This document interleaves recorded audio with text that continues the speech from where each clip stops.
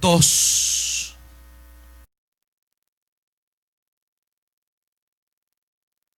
versículo 15.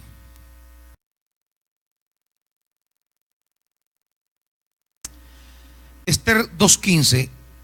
Cuando a Esther, la joven que Mardoqueo había adoptado y que era hijo de su tío Abijail, le llegó el turno de presentarse ante el rey, ella no pidió nada fuera de lo sugerido por Hegai, el eunuco encargado del harén del rey. Para entonces ella se había ganado la simpatía de todo el que la veía. Esther fue llevada al palacio real ante el rey Asuero en el mes 10, el mes de Tebet, durante el 7º año de su reinado. El rey se enamoró de Esther más que de todas las demás mujeres, y ella se ganó su aprobación y simpatía más que todas las otras vírgenes. Así que él le ciñó la corona real y la proclamó reina en lugar de Vasti. Padre, permítenos esta mañana recibir del Espíritu Santo la palabra oportuna y necesaria a nuestra vida. Padre,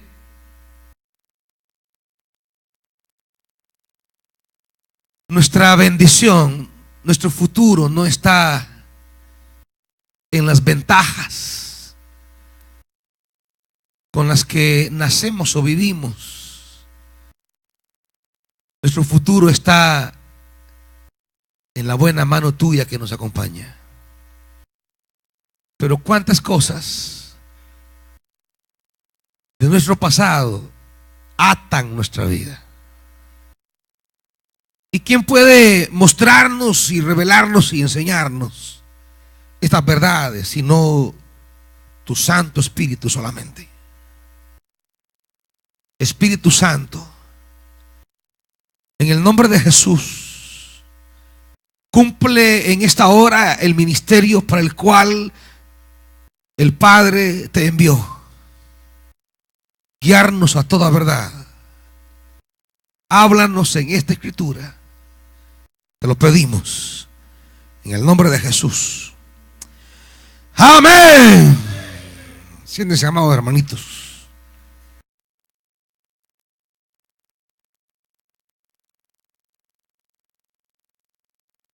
Este libro tiene una particularidad ya de algunos sabida. El libro de Esther junto con el libro de Cantares, aunque pertenecen a géneros distintos, de una narrativa como es Esther a una poesía como lo es Cantares, pero tienen en común un hecho, y es que en ambos libros no aparece la palabra, o más bien ningún nombre referido a Dios, ninguno. Diríamos como que fueran libros ateos. Libros ateos en el sentido de que no aparece de manera explícita una referencia a Dios en ninguna de sus formas. No aparece el nombre Yahvé o Jehová, no aparece Adonai, o sea, Señor, no aparece el Señor Todopoderoso, no aparece ninguna referencia, ninguna. Es como que se narrase una historia secular donde se dan una serie de acontecimientos que se van desenvolviendo por una especie de mecanismo histórico sin participación divina. Son dos libros en los cuales aparentemente Dios no se hace presente en la dinámica humana. Son dos libros en los que no hay una referencia directa, personal, clara, explícita a Dios de ninguna forma, ni de una forma como en algunos salmos, que dice alabad ajá, que es una contracción de Jehová o Yahvé.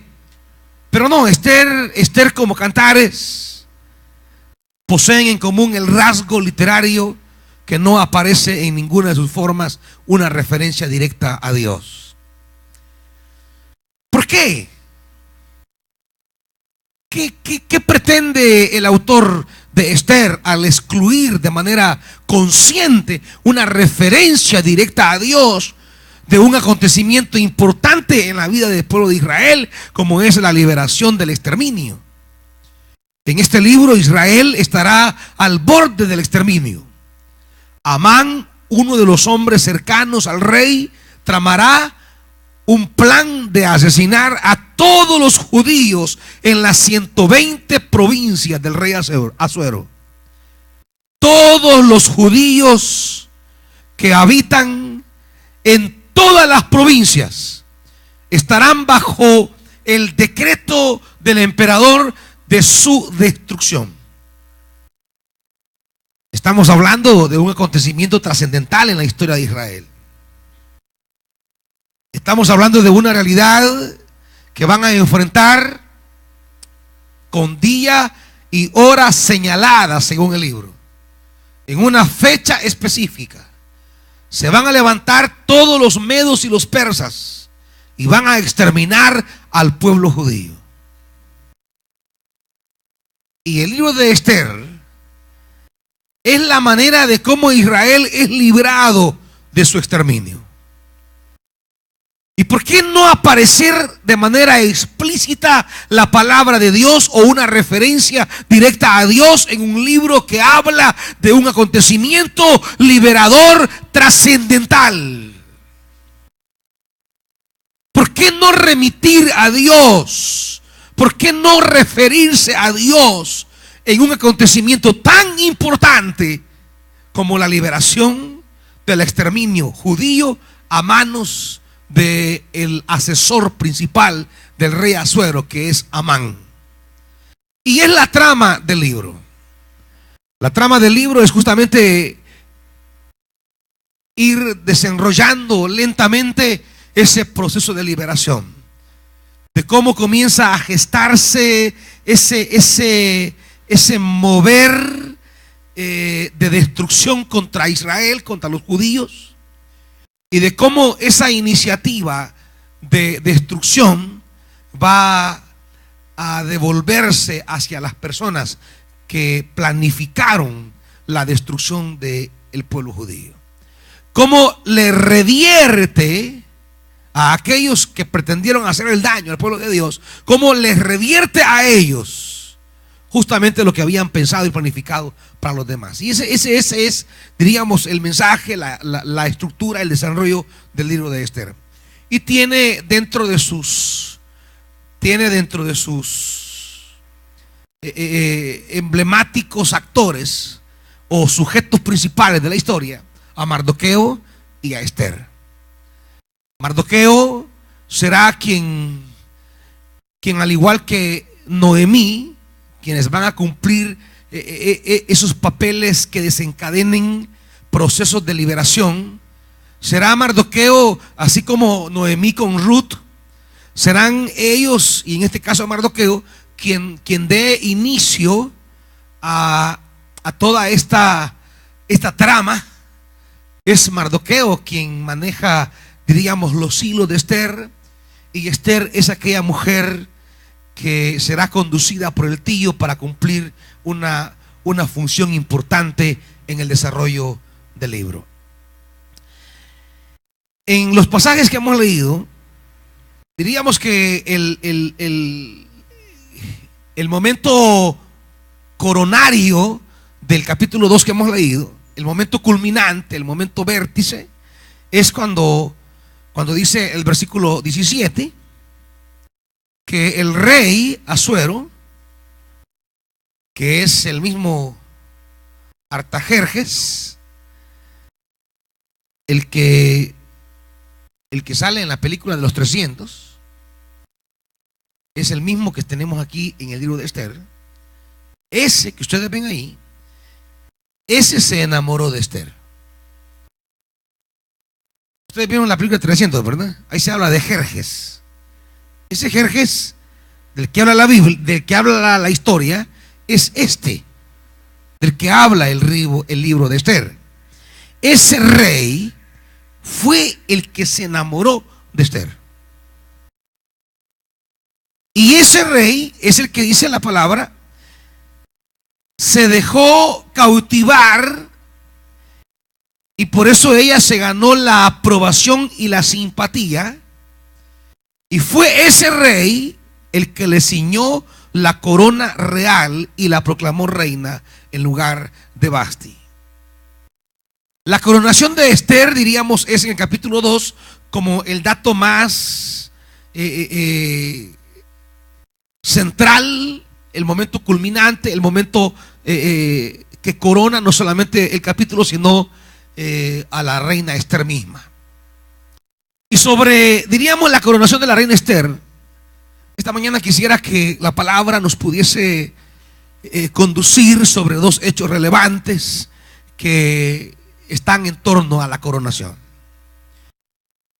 Primero, diríamos que el capítulo 2 y versículo 17 que hemos leído tiene como acontecimiento esencial la coronación de Esther. Diríamos que es el privilegio que ha logrado obtener Esther en el capítulo 2. Por encima, dice claramente la palabra, por encima de las otras vírgenes.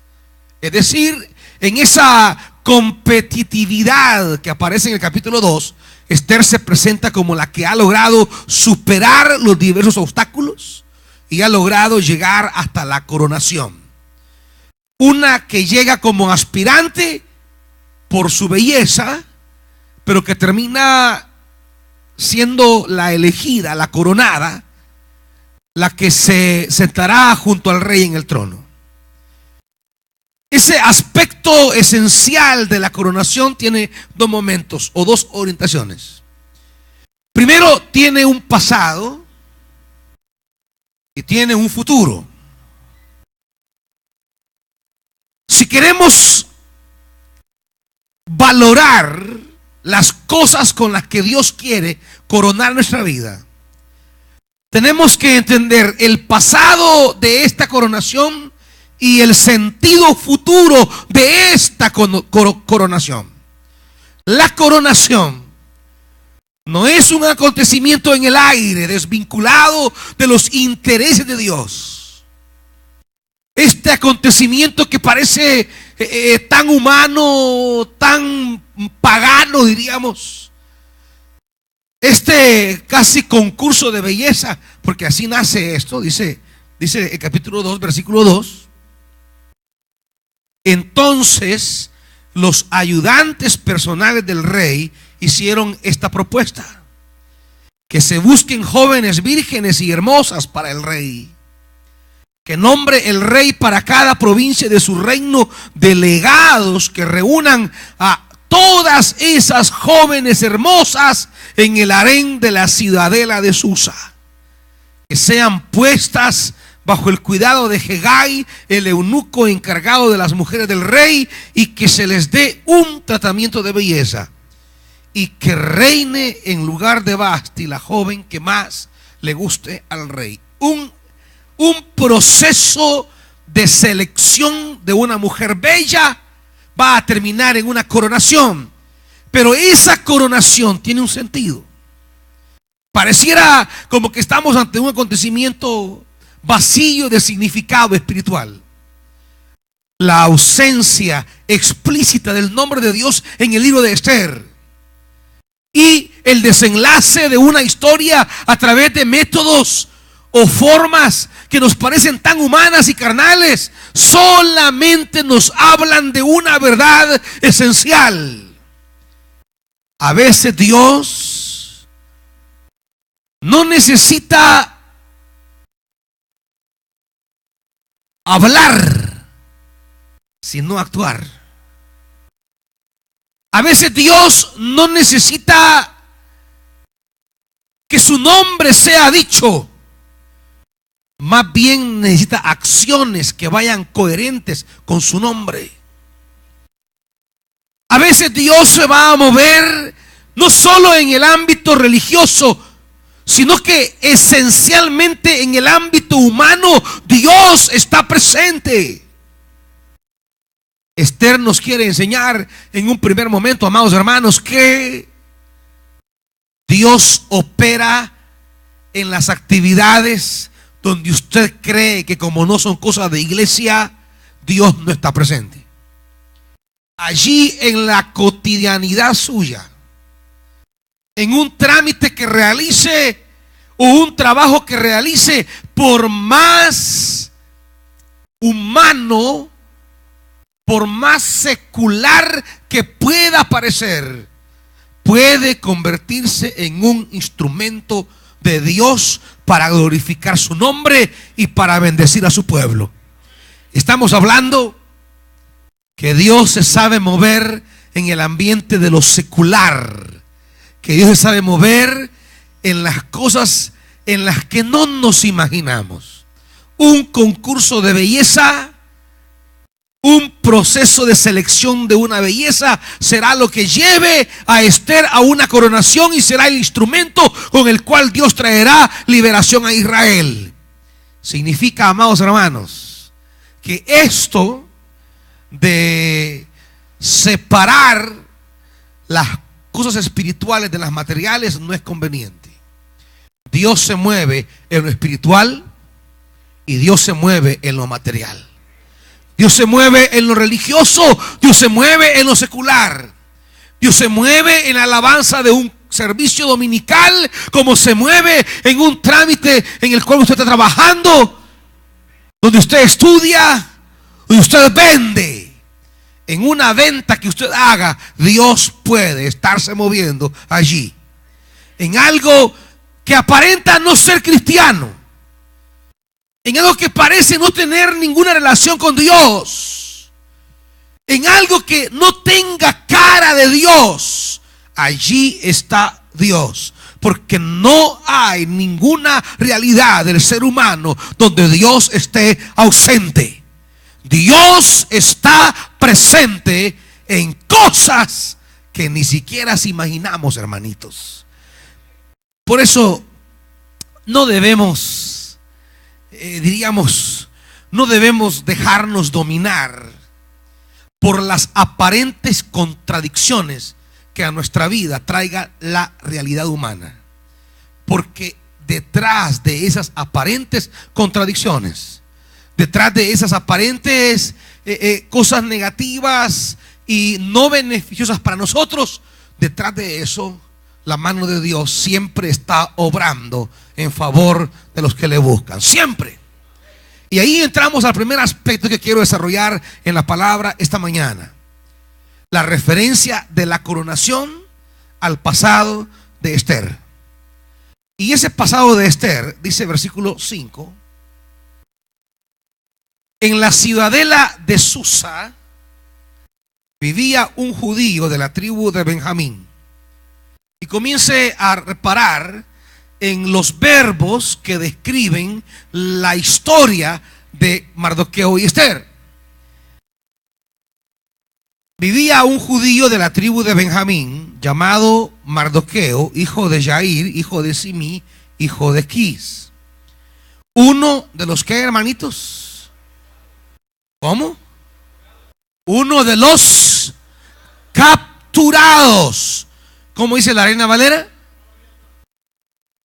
Uno de los que habían transportado desde Jerusalén. Uno de los capturados en Jerusalén y llevados al exilio cuando Nabucodonosor, rey de Babilonia, se llevó cautivo a Jeconías. Aquí tenemos un primer panorama de Mardoqueo, uno de los personajes principales en la obra. Capturado y exiliado, arrancado de su tierra y llevado a una tierra extraña. Podríamos decir de entrada que tal acontecimiento tan negativo para la vida de Mardoqueo vendría a vaciar de futuro la vida de Mardoqueo.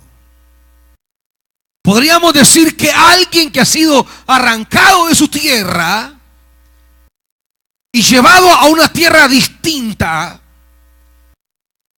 que tal acontecimiento es oneroso, gravoso para el futuro de Mardoqueo. Podríamos decir que todo lo que Mardoqueo pudiera pensar para su futuro ha sido truncado.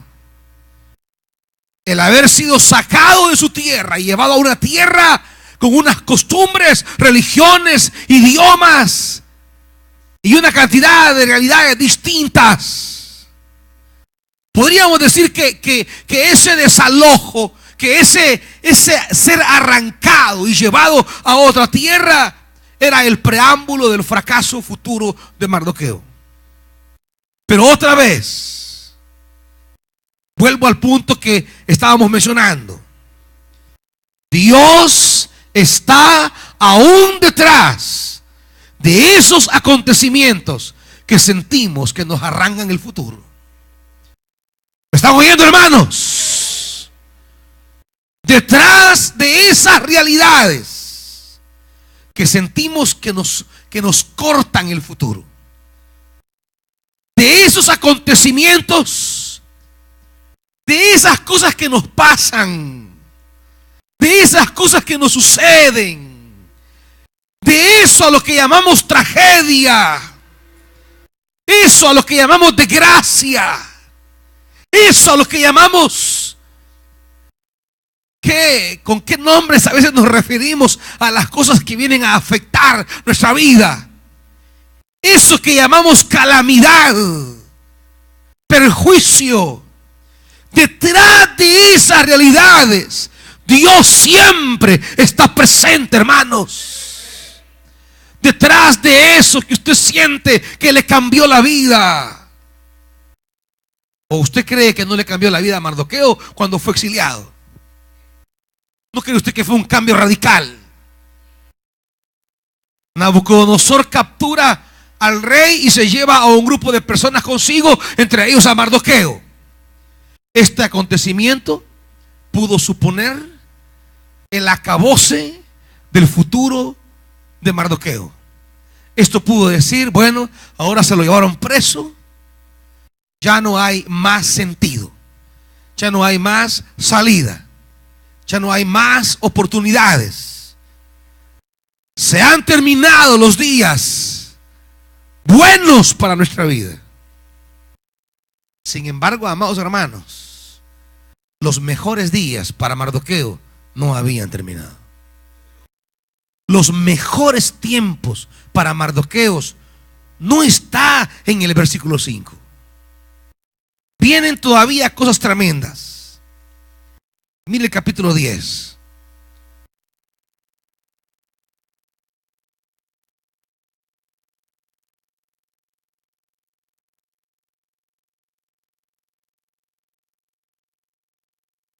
Capítulo 10, versículo 2. ¿Lo tiene? Todos los hechos de poder y autoridad de Mardoqueo, junto con un relato completo de ¿qué, hermanos?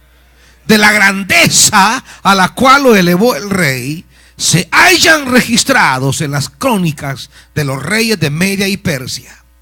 El judío Mardoqueo fue preeminente entre su pueblo y segundo en jerarquía después del rey Asuero. Alcanzó gran estima entre sus muchos compatriotas porque procuraba el bien de su pueblo y promovía su bienestar.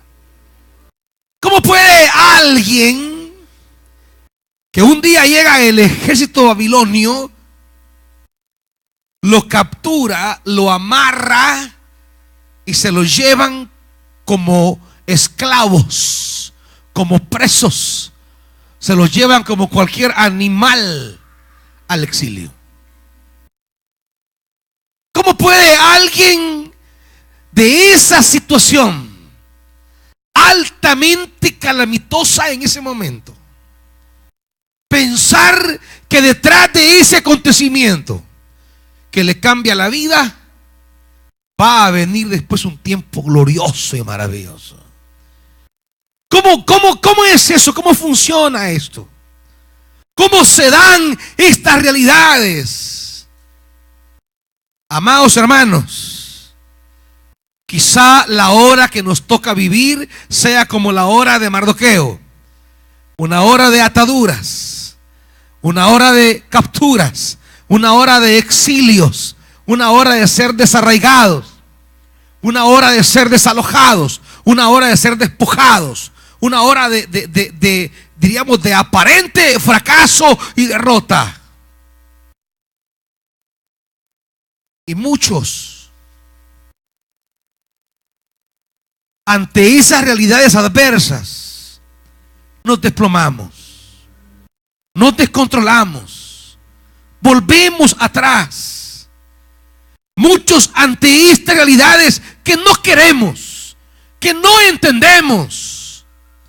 Si supiéramos entender y comprender que aunque hay circunstancias que no las deseamos, realidades que no quisiéramos, pero si tan solo pudiéramos comprender conforme a la Escritura que detrás de esa circunstancia dolorosa, de eso que siente que le arranca un pedazo de la vida, detrás de eso hay un Dios que puede llevarlo a una realidad diferente.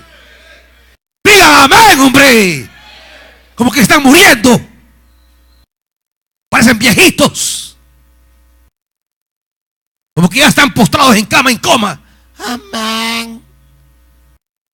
Si usted cree, hermano, que la hora que vive no es el punto final para su vida, si usted cree que las cosas que le han pasado no son el punto final, que Dios se mueve aún en medio de esa adversidad, si usted cree que de esa situación que aparenta ser el punto final ya de su vida, Dios todavía tiene puertas, y que de esa aparente desgracia Dios puede llevarlo a una grandeza, entonces diga amén.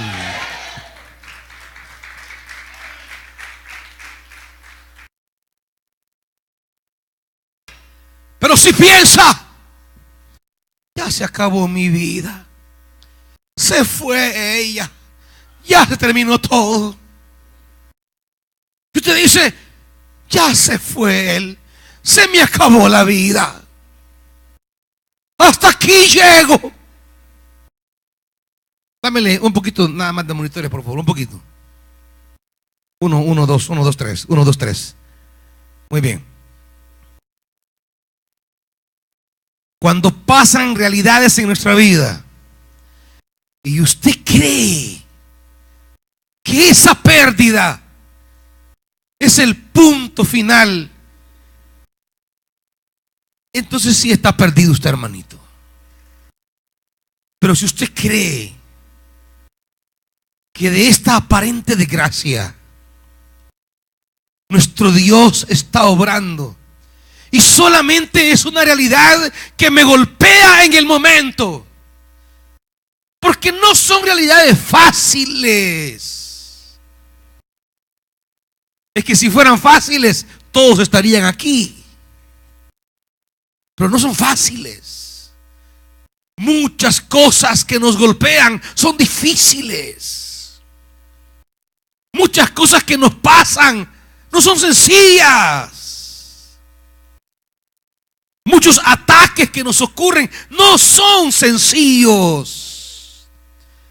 Pero si comprendiéramos que por más trágico que aparezca delante de nosotros eso que nos ha ocurrido, que por más trágico que parezca, nuestro Dios está siempre en movimiento, preparando nuestra bendición. El libro termina ya no hablando del cautivo, hablando del segundo después del rey. Ya no habla de la vergüenza del capturado, habla de la grandeza del que ha sido honrado. Pero no es fácil. No es fácil, amados hermanos. Pero cuando usted camina tomado de la mano de Dios, si usted se mete con Dios, como decía el pasaje, si usted procura servir y trabajar buscando el bienestar del pueblo de Dios, dice la Biblia, buscando el bienestar del pueblo de Dios. Si usted se mete a trabajar y a servir por el bienestar del pueblo de Dios en medio de esa situación difícil, Mardoqueo pudo decir: ya, ¿para qué vamos a cuidar al pueblo de Dios si ni Dios lo cuidó? ¿Por qué voy yo a procurar el bien de Israel si ni Dios lo cuidó? Si Dios lo dejó perder, Dios lo entregó con Nabucodonosor, ¿por qué voy a hacer yo algo? Golpeados por el dolor de la tragedia, sentimos que no hay que hacer nada. Golpeados por lo que nos pasó, nos aconteció, creemos que debemos bajar los brazos y decir: ¿para qué? ¿Para qué voy a seguir? ¿Para qué voy a continuar? ¿Cuál es el sentido de continuar? Mejor me quedo por aquí quieto. Ya de todas maneras llegué al final del camino. Sin embargo, Mardoqueo siguió procurando el bienestar del pueblo de Dios. Y en esa procura del bienestar del pueblo de Dios, Dios lo va a levantar. Le quiero decir una verdad sencilla, bíblica y fundamental para su futuro. Si quiere ver mejores días, si quiere ver buenos tiempos, procure el bienestar del pueblo de Dios. Es que con eso se cierra el capítulo que leímos, lo leyó, el capítulo 10.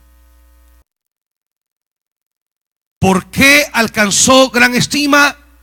Porque procuraba el bien de su pueblo y promovía su bienestar. ¿Cómo dice la Reina Valera? Procuraba bienestar y procuraba paz. Un hombre comprometido con la bendición del pueblo de Dios. Y le voy a decir algo, hermano. El primero que quiere bendecir a su pueblo es Dios. Es el primero. ¿Y a quiénes va a levantar? ¿A quiénes va a honrar? ¿A quiénes va a reconocer? A aquellos que compartan su corazón, a aquellos que compartan su propósito, a aquellos que compartan, aquellos que no se dejan derrotar por ese pasado doloroso o trágico, sino que de esos escombros se levanta para seguir procurando el bienestar del pueblo de Dios.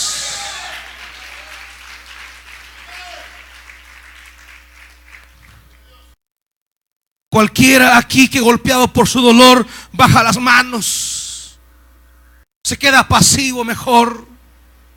Cualquiera que golpeado por las tragedias, por las vergüenzas y por las humillaciones, cree que es mejor quedarse al margen, paralizado, bajado y quedarse ya solamente pasando el tiempo. Cualquiera que llegue a tal situación jamás podrá ver días más gloriosos, hermanos. Miren, hermanitos, podemos en esta hora estar atravesando un tiempo de calamidad. Podemos estar atravesando un tiempo de estrechez. Podemos estar atravesando un tiempo de vergüenza quizá. Pero si seguimos procurando el servicio al pueblo de Dios, Dios abrirá puertas y de esas desgracias vendrá nuestra honra. Créanlo, hermanos. No es fácil en el momento. Porque no es fácil, hermanos. No es fácil de verdad. No es sencillo, es complicado. Es enredado. Es lacerante, golpeante.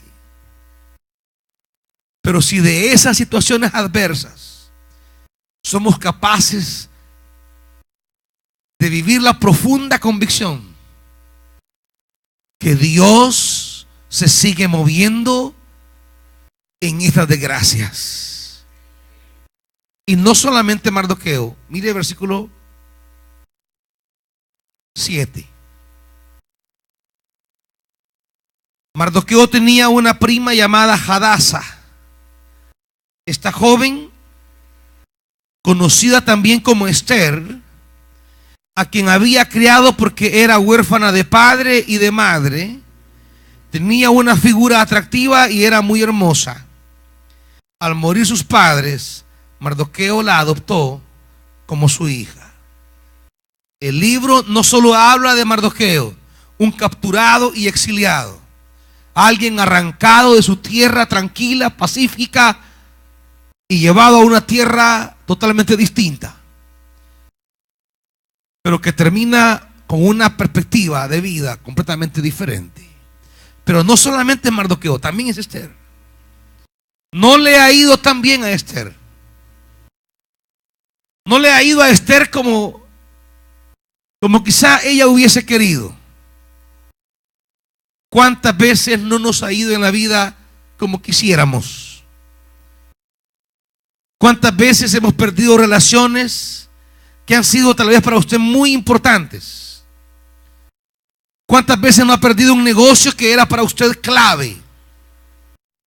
¿Cuántas veces no hemos perdido algo que era para nosotros esencial? Esther es una mujer que había tenido dos pérdidas letales para cualquier hijo. Había perdido a su padre y había perdido a su madre. Dice la Biblia, huérfana, pero que Esther la había adoptado. Es decir, que Mardoqueo, la había adoptado. Mardoqueo le dijo, venite para la casa. También Esther había cambiado. Y Esther había cambiado dos veces. Porque Esther no solo había cambiado el ámbito más interno de la familia, que es de la casa de su padre y de su madre, e irse a vivir a la casa de un tío.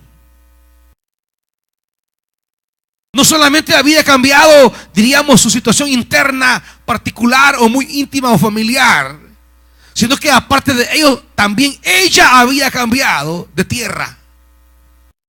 Ella había tenido todavía dos movimientos. Un movimiento muy interno de familia, la pérdida dolorosa del padre y de la madre, y esto le cambió la vida a ella. La pérdida de los padres le hizo replantear la vida a ella. Ya no podría estar más en su casa. Su hábitat, su casa, su cuarto, su cama, su almohada, esa intimidad con la que tenía antes bajo padre y madre, no lo es más. Hoy se irá a casa de un tío. ¿A cuántos les ha tocado vivir así? ¿A cuántos han tenido que replantear su lugar de vivir? La gente con la que tiene que vivir, con lo que tiene que comer,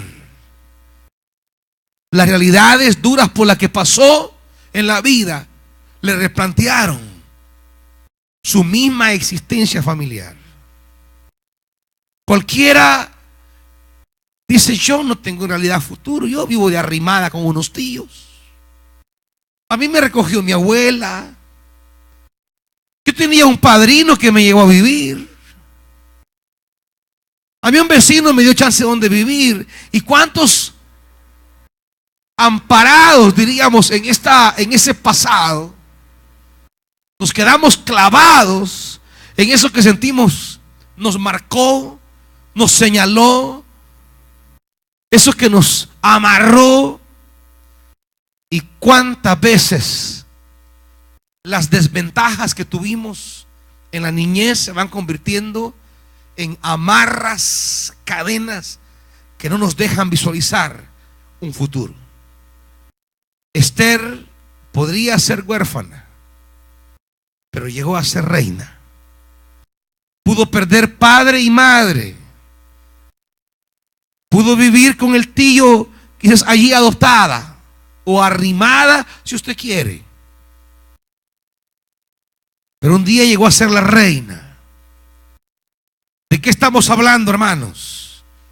Estamos hablando del primer aspecto que les dije: la coronación de la reina Esther, vista en perspectiva pasada.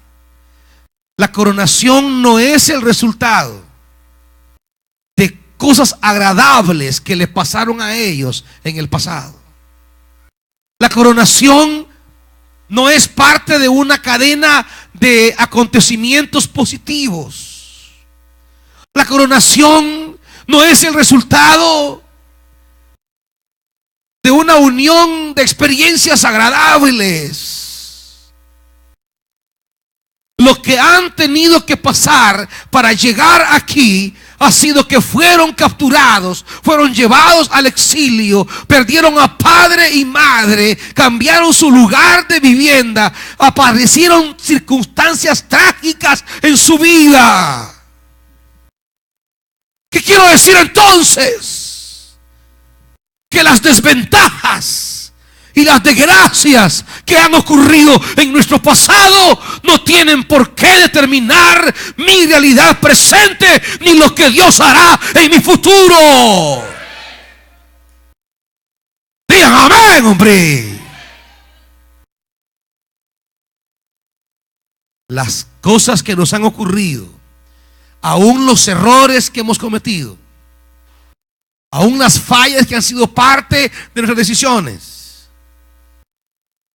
si sabemos procurar siempre el bien del pueblo de Dios, Dios siempre cambiará errores, desgracias o tragedias en nuevas experiencias de vida plena, amados hermanos. ¡Aleluya! Si usted no dice amén porque es inútil, yo digo amén.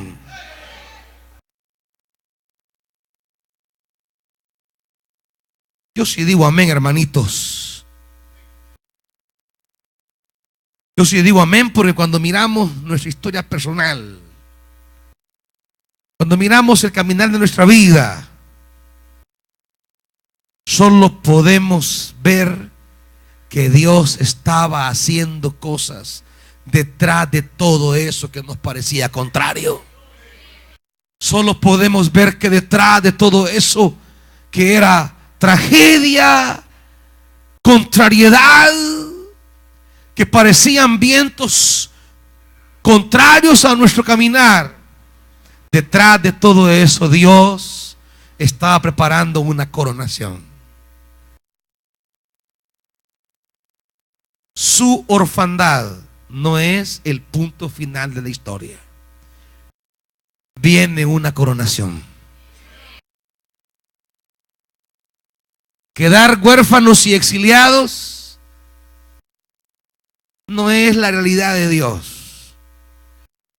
Dios quiere coronación, pero hay que aprender que detrás de eso, mire, en lugar de estar chillando, hermanito, en lugar de entrar en esos bajones bayuncos, ay, me siento deprimida,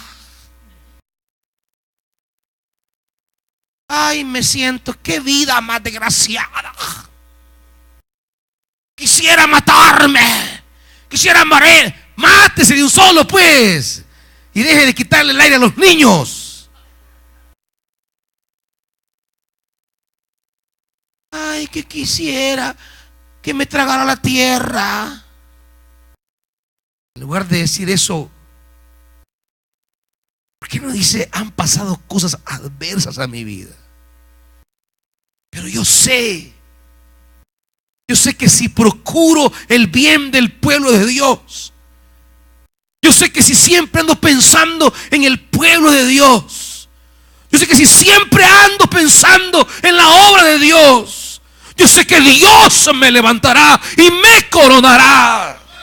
Y aunque hayamos tomado decisiones equivocadas, rumbos torcidos, o hayan venido desgracias a nuestra vida, Dios puede tornar a bien los exilios y las orfandades.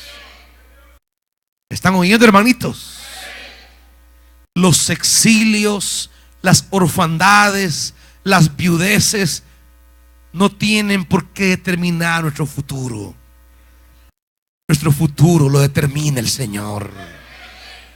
El camino a veces no es fácil, porque Mardoqueo llegó al borde de la muerte. Porque Dios nos lleva a los límites. Dios siempre, siempre nos lleva al límite. Pero siempre allá, en el límite, cuando todo parece derrumbarse, su mano siempre aparece para coronarnos. ¿Me oyen, hermanitos? Y lo segundo, hermanos, porque el tiempo ya me avanzó, lo segundo que quiero decir con esto de la coronación es que la coronación siempre será un instrumento, nunca es un fin en sí mismo. Es decir, la honra que Esther iba a recibir, la exaltación que Esther iba a recibir, el reconocimiento que Esther iba a tener, todas esas ventajas, diríamos, humanas que Esther llegaría a disfrutar, no eran la finalidad del proceso de Dios. Tales realidades solamente eran instrumentales. Dios honra nuestra vida para cumplir sus propósitos. Cuando la orfandad y el exilio aparecen en su vida, Dios aparece también para coronarla. Pero para coronarle, o la coronación de Dios, no es el estado último que Dios tiene o quiere. Esa coronación es solamente instrumento para cumplir sus propósitos.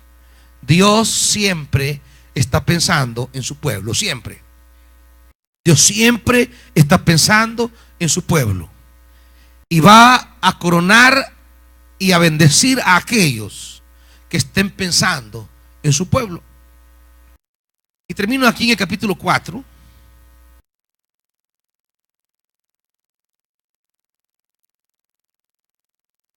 En el capítulo 4 dice que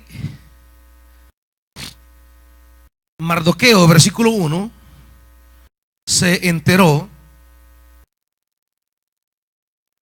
de todo lo que se había hecho. Se rasgó las vestiduras, se vistió de luto, se cubrió de ceniza y salió por la ciudad dando gritos de amargura. Mardoqueo acaba de escuchar y de ver que Amán ha enviado mensajeros a las 120 provincias para expresar el decreto del rey de destruir a todos los judíos. Amán se da cuenta y lo que hace es expresar su dolor. No odio, su dolor. Y dice: pero como a nadie se le permitía entrar a palacio vestido de luto, solo pudo llegar hasta donde está la puerta del rey. Versículo 4. Cuando las criadas y los eunucos de la reina Esther llegaron y le contaron lo que pasaba, ella se angustió mucho y le envió ropa a Mardoqueo para que se la pusiera en lugar de la ropa de luto, pero él no lo aceptó. Entonces Esther mandó llamar a Atac, uno de los eunucos puestos al servicio de ella, y le ordenó que averiguara qué preocupaba a Mardoqueo y por qué actuaba de esa manera. Uno de los peligros que corremos al ser coronados y al ser honrados por Dios es que perdemos la comprensión de lo que pasa en el pueblo de Dios. Esther no sabía qué estaba pasando. Mire qué cosa más paradójica. Estaba en el palacio, pero no sabía que del palacio se habían salido órdenes para exterminar a los judíos. Estaba tan rodeada de atenciones, rodeada de eunucos, rodeada de sirvientas, rodeada de personas que cuidaban su belleza, su comida, su ropa, su atención, todo. Y tanta coronación le había hecho perder de vista la situación del pueblo de Dios. Uno de los grandes riesgos que corremos cuando Dios nos ha bendecido es que nos desenchufamos de la obra de Dios. Esther fue coronada, pero tal coronación la llevó a desconectarse de lo que estaba pasando en el pueblo. ¿Me van siguiendo lo que quiere decir la palabra, hermanos? De modo que ella no sabía. Le llegaron a contar, le llegaron a decir, pero no sabía qué estaba pasando. A veces la bendición de Dios nos desconecta de la obra de Dios. Y dice: así que Mardoqueo, versículo 7, le contó todo lo que le había sucedido. Versículo 8, le dio una copia del texto del edicto. Versículo 9, Atac regresó y le informó a Esther lo que Mardoqueo había dicho.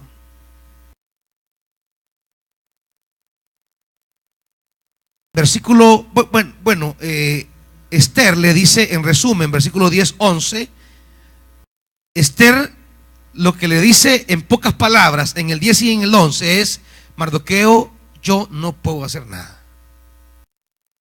Con todo ese palabrerío que Esther le dice, desde el versículo 11, todos los servidores del rey y el pueblo de las provincias saben que para cualquier hombre o mujer que es sin ser invitado por el rey se acerque a él en el patio interior, hay una sola ley, la pena de muerte. La única excepción, y le echa el gran rollo, solo para decirle en pocas palabras: fíjese que no puedo hacer nada, porque como ya estamos coronaditos, bonitos, arreglados y preciosos, ya no podemos hacer nada.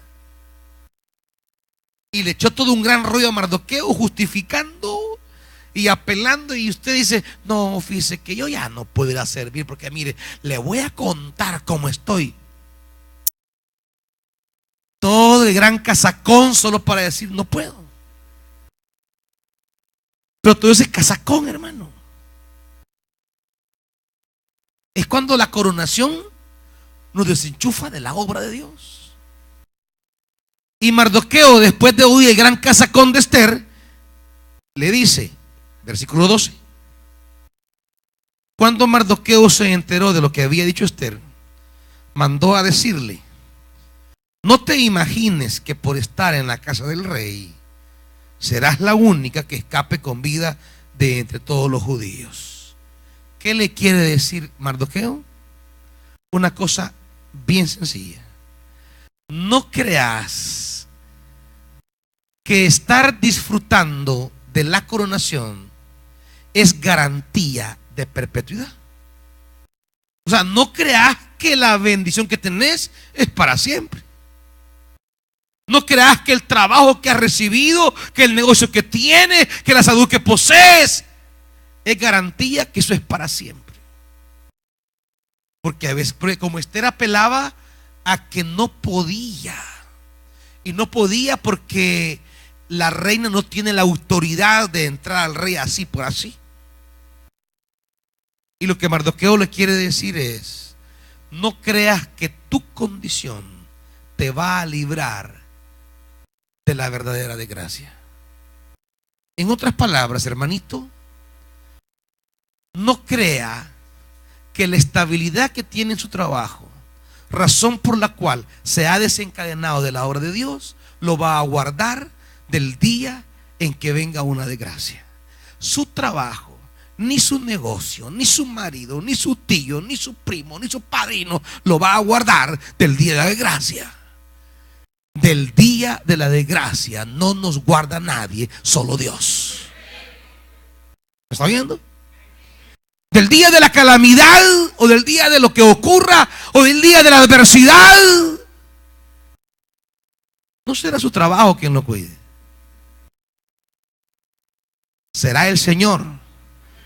Aunque hoy por hoy su trabajo sea el impedimento para servir al Señor. Porque ese es el misterio de esto. Es el misterio de lo material,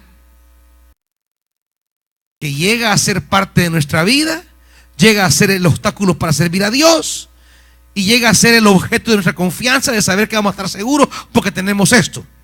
Pero el día de la prueba, eso no nos va a cuidar. Y le dice Mardoqueo, versículo 14: si ahora te quedas absolutamente callada, de otra parte vendrá el alivio y la liberación de los judíos, pero tú y la familia de tu padre perecerán. ¿Quién sabe si no has llegado al trono precisamente para un momento como este? Es que para ese momento es que Dios la había coronado. Dios nos corona precisamente para ser instrumentos de su pueblo, para bendecir a su pueblo. Los coronamientos de Dios no son para desconectarnos del pueblo de Dios, son para enchufarnos al futuro de ese pueblo de Dios. Las bendiciones que usted reciba de Dios, hermano y hermana, toda clase de bendición que usted recibe de Dios, no es para desengancharse del futuro del pueblo de Dios, es para amarrarse a ese pueblo de Dios. Para eso Dios la llevó a ser reina, para que en una hora como esta justamente interviniera. Cuando hemos recibido bendición de Dios y esa bendición no entendemos que Dios nos la ha entregado en función de una hora decisiva en la obra del Señor. Su salud, Dios se la ha dado para eso. Su trabajo, su negocio, su familia, sus bienes, Dios se lo ha dado para una hora como esta. Cuando en nuestra coronación no queremos responder a los intereses de Dios, de alguna otra forma Dios traerá siempre salvación a su pueblo. Pero nosotros, o usted, o cualquiera que en su coronación se olvidó del llamado, dice, perecerá. Es decir, perderá lo que había recibido, porque lo que había recibido, lo había recibido para. ¿Me entiende? Hablamos del futuro de la coronación, el sentido de la coronación. Cuando Dios nos bendice para ser instrumento de Dios. Pónganse de pie, hermanitos.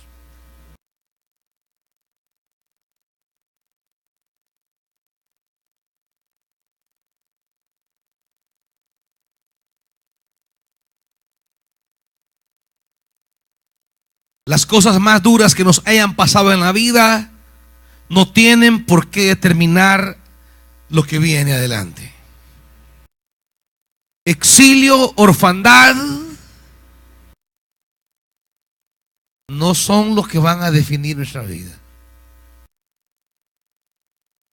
Dios se está moviendo para traer coronación a tu vida, hermano.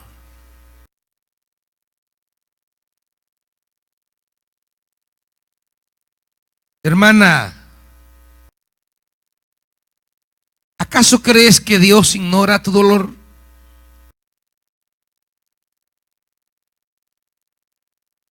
¿Acaso crees que Dios no mira esas horas de frustración? ¿Acaso no crees que Dios no se percata de esas horas donde luchas y sientes que no avanzas? ¿Acaso piensas que Dios no tiene un plan? ¿Acaso crees que Dios va a la deriva? ¿Acaso imaginas que Dios no tiene un camino para ti, hermano?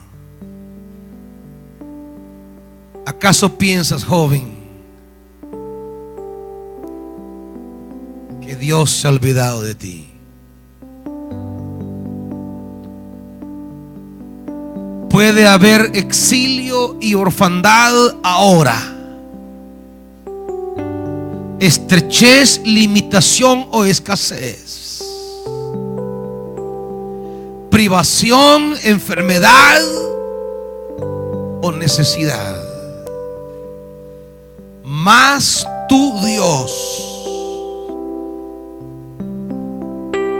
tiene coronación para ti adelante. Pero no puedes cruzarte de brazos. No puedes quedarte a la orilla del camino. No puedes desanimarte. No puedes volver atrás. Sigue. Sigue. Sigue. Sírvele y ámale sobre todas las cosas. De ese exilio Dios sacará tu libertad. De esa vergüenza Dios sacará tu honra. De esa necesidad Dios abrirá espacios para ti. De esa esterilidad Dios traerá abundancia. De esa enfermedad Dios traerá vida. Pero no olvides servir a un Dios que de esas tragedias Él trae bendiciones.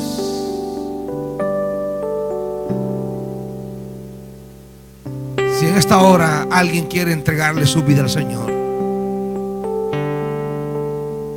o quiere reconciliarse con Dios, es el momento de hacerlo. Venga al altar del Señor y dígale: aquí estoy, Señor. Exilios y orfandades quizás me alejaron de ti, pero aquí estoy para retomar tus propósitos para mi vida.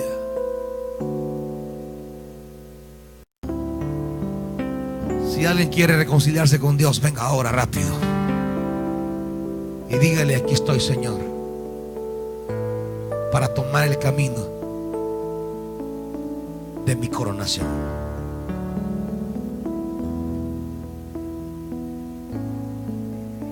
Y cuando Dios corona nuestra vida, nunca olvidemos que tal coronación es tan solo para seguir enchufados al pueblo de Dios. El Señor te bendiga, hija. Pasa adelante.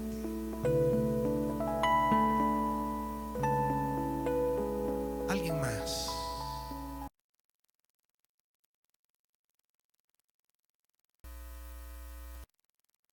La palabra del Señor crece y se difunde con poder.